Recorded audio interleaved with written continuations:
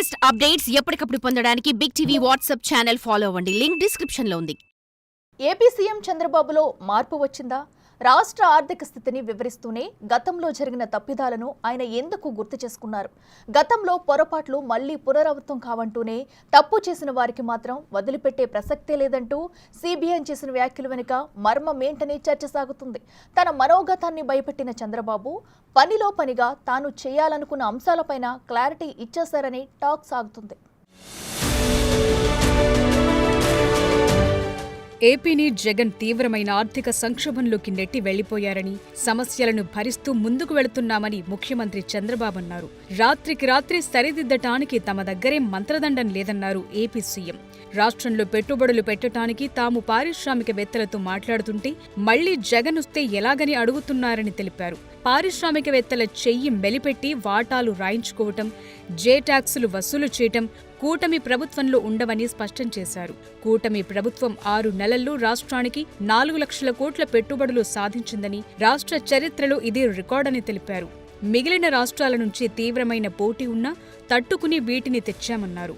1,00,000 కోట్ల పెట్టుబడితో పెట్టి బీపీసీఎల్ రిఫైనరీ నుంచి ప్రభుత్వానికి వచ్చే ఆదాయంలో 75% వాళ్లకు తిరిగి ఇవ్వటానికి అంగీకరించి దాన్ని సాధించామని చెప్పారు.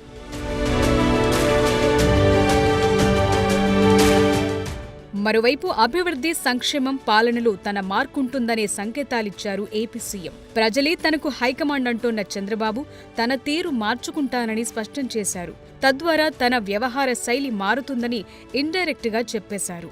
గతంలో చేసిన తప్పులు రిపీట్ చేయనని, ఇకపై అధికారులతోనూ జాగ్రత్తగానే ఉంటానని చంద్రబాబు అన్నారు. 2029 ఎన్నికలే లక్ష్యంగా ఇప్పటి నుంచి అడుగులు పడేలా చూస్తున్నట్లు చంద్రబాబు తెలిపారు. మరోవైపు కొన్ని అంశాలపై చంద్రబాబు స్పష్టత ఇచ్చారు. 2004-2019లో ఓటమికి కారణం తానేనని వ్యాఖ్యానించారు. ఆయా సమయంలో టెక్నాలజీ అభివృద్ధి పేరుతో ప్రజలకు దగ్గర కాలేకపోయానన్నారు. అభివృద్ధుంటే చాలనే నినాదంతో అటు ప్రజలకు, ఇటు కార్యకర్తలకు దూరమైనట్లు సీఎం చెప్పారు. ప్రజల ఆశలకనుగుణంగా ఉండలేకపోయానని తెలిపారు. హైదరాబాద్ సిటీ ఈ స్థాయిలో అభివృద్ధి జరిగిందంటే కారణం తానేనన్న సిబిఎన్ అభివృద్ధితో పాటు ప్రజల కోరికలు, ఆశలు నెరవేర్చాలని అభిప్రాయం వ్యక్తం చేశారు.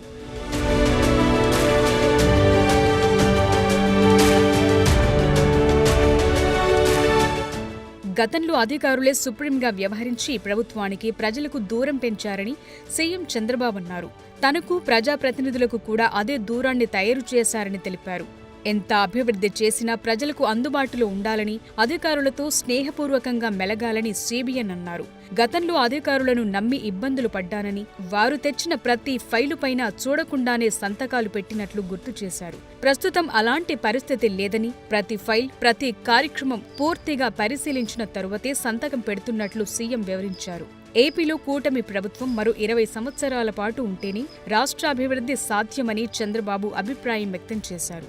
ఇప్పుడున్న అధికారులంతా సమిష్టిగా పనిచేస్తే డెవలప్మెంట్ మరింత సులభతరమన్నారు. కూటమి ప్రభుత్వం కావాలని రాజకీయ కోణంలో ఎవరిని భేదించదన్న చంద్రబాబు అదే సమయంలో తప్పులు చేసిన వారిని ఉపేక్షించదని స్పష్టం చేశారు. తమ హయాంలో రాజకీయ కక్ష సాధింపులు ఉండవని, దోచుకున్న వారిని మాత్రం వదిలిపెట్టబోమని హెచ్చరించారు.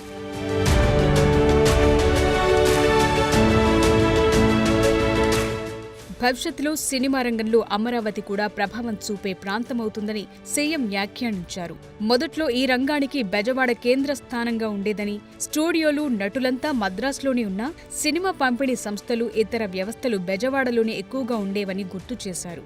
ఆ రంగంలో హైదరాబాద్ ప్రాముఖ్యం విస్తరించిందని, ఇప్పుడు పరిస్థితి ఇంకా మారిందన్నారు సీఎం. భవిష్యత్తులో అమరావతి కూడా ప్రభావం చూపించే స్థాయికి రావచ్చని అభిప్రాయం వ్యక్తం చేశారు.